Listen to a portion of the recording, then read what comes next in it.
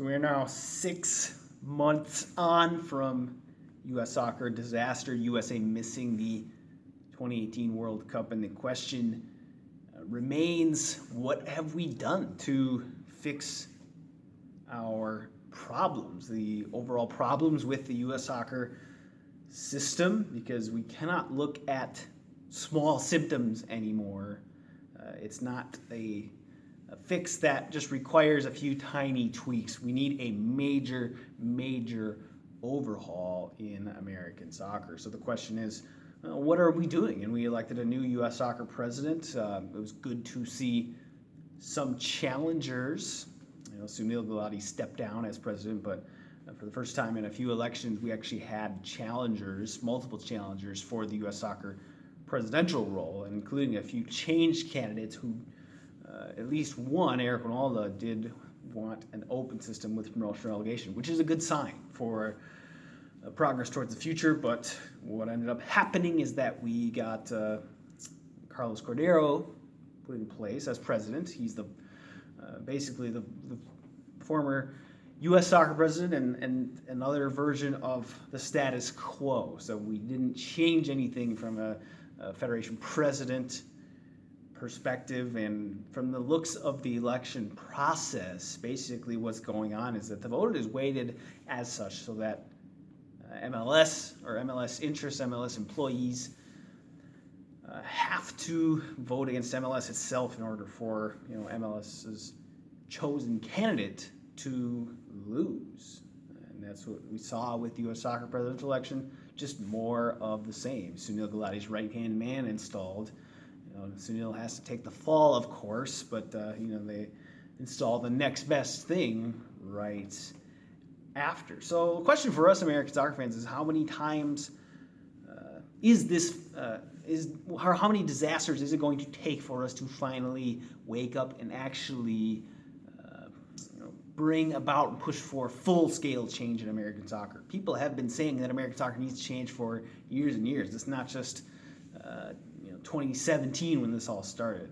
This has been going on since before the 2014 World Cup, even before 2010 even, and it's just grown in traction ever since, especially as people started to take a deeper dive and look closely at the American soccer landscape, how MLS is extremely unpopular. It captures a 6% slice now of the total American soccer market, so it's not reaching Americans. It's not interesting Americans. We don't have a soccer problem or a soccer culture problem.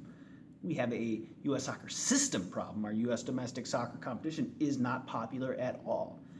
MLS is where it is precisely because it's protected from competition. It's protected from anyone else in the U.S. soccer industry because it has a monopoly on the U.S. soccer Division I sanction. This is flat out wrong. It goes against FIFA's mandates of a merit-based open system that allows all people to compete, and we wonder why our clubs aren't good, why they aren't interesting, why they aren't developing players, why fans aren't tuning in or showing up to games. Because there's no drama, there's no authentic competition, there's no real consequences, there are no real unlimited clubs.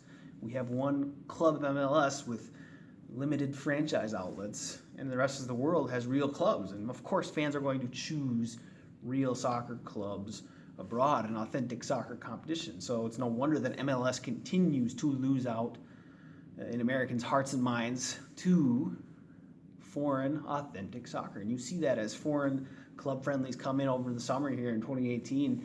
Stadiums will be packed, stadiums that MLS cannot fill. So we need to take a good, long, hard look at ourselves, at our system, and say, is this what we want to do? Are we going to continue to trim away at symptoms, double down on what is a failing closed system in U.S. soccer? Again, it's not so much, we don't need drastic changes at the national team level. It's not about a manager. It's not about installing a U.S. soccer GM. It's not about national team scouts. The national teams just fold in the byproduct that your system, your clubs create. So our clubs are the ones who are responsible for developing players, and without unlimited clubs, an open system, thousands of clubs will have no incentive to build, to create free-to-play academies, to scout all over the nation, to pour time, effort, and resources to strive for greatness. The best clubs and the best talent, the best academies won't be filtered to the top of the American soccer pile.